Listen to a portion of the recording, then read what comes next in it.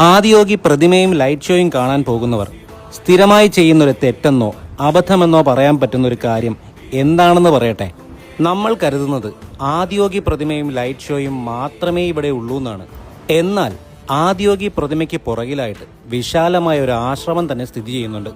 നിങ്ങൾ ഈ video save ചെയ്തുകൂടി വെക്കുക, നിങ്ങൾക്ക് എന്തുകൊണ്ടും യൂസ്ഫുൾ ആയിരിക്കും.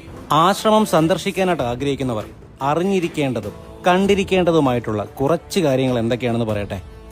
ഒരു പർട്ടിക്കുലർ റിലീജിയനിൽപ്പെട്ടവർക്ക് മാത്രമേ ഇവിടെ പോകാവൂ എന്നൊന്നില്ല. ഏത് മതത്തിൽപ്പെട്ടവർക്കും ഇവിടെ പോകാവുന്നതാണ്. ആശ്രമത്തിൽ പാലിക്കേണ്ട ഒരു ഡ്രസ് കോഡ് എന്താണെന്ന് പറയട്ടെ. നമ്മുടെ ശരീരം റിവീൽ ചെയ്യുന്ന ഒരു ഡ്രസ്സും ഇടരുത്. പ്രത്യേകിച്ച് സ്ലീവ്ലെസ് ഡ്രസ്സോ ഷോർട്സോ ഒന്നും ഇടാൻ പാടില്ല. ഒരു കാരണവശാലും ഉച്ചത്തിൽ സംസാരിക്കാൻ പാടില്ല. ഫോൺ സൈലന്റിലുമായിരിക്കണം.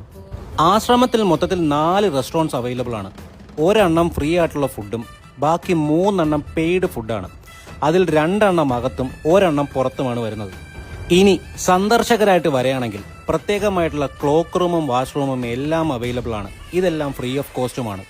ആശ്രമത്തിൽ വരുമ്പോൾ നിങ്ങൾ ഉറപ്പായും കണ്ടിരിക്കേണ്ട കാര്യങ്ങൾ എന്തൊക്കെയാണെന്ന് ഞാൻ പറയട്ടെ. ആശ്രമത്തിന്റെ ജീവൻ എന്ന് പറയുന്നത് ധ്യാനലിംഗയാണ്. അതിനുശേഷം ലിംഗഭൈരവിയും. ഇത് രണ്ടും ഒരു കാരണവശാലും മിസ് ചെയ്യരുത്. അവിടെ പ്രസാദമായിട്ട് 2 ലഡുവാണ് കൊടുക്കുന്നത്. ഒന്ന് കോക്കനട്ട് ലഡുവും 2 എള്ള് ലഡുവും. ഓരോ ലഡുവിനും 20 രൂപ ചാർജാണ് വരുന്നത്. പുരുഷന്മാർക്ക് സൂര്യകുണ്ടും സ്ത്രീകൾക്ക് ചന്ദ്രകുണ്ടിലും കുളി കഴിഞ്ഞിട്ട് വേണം ഈ 2 സ്ഥലങ്ങളും സന്ദർശിക്കാൻ. ഈശ യോഗ സെന്ററിലെ എനർജി അത് ഒരു പ്രാവശ്യമെങ്കിലും എക്സ്പീരിയൻസ് ചെയ്യേണ്ടതാണ്.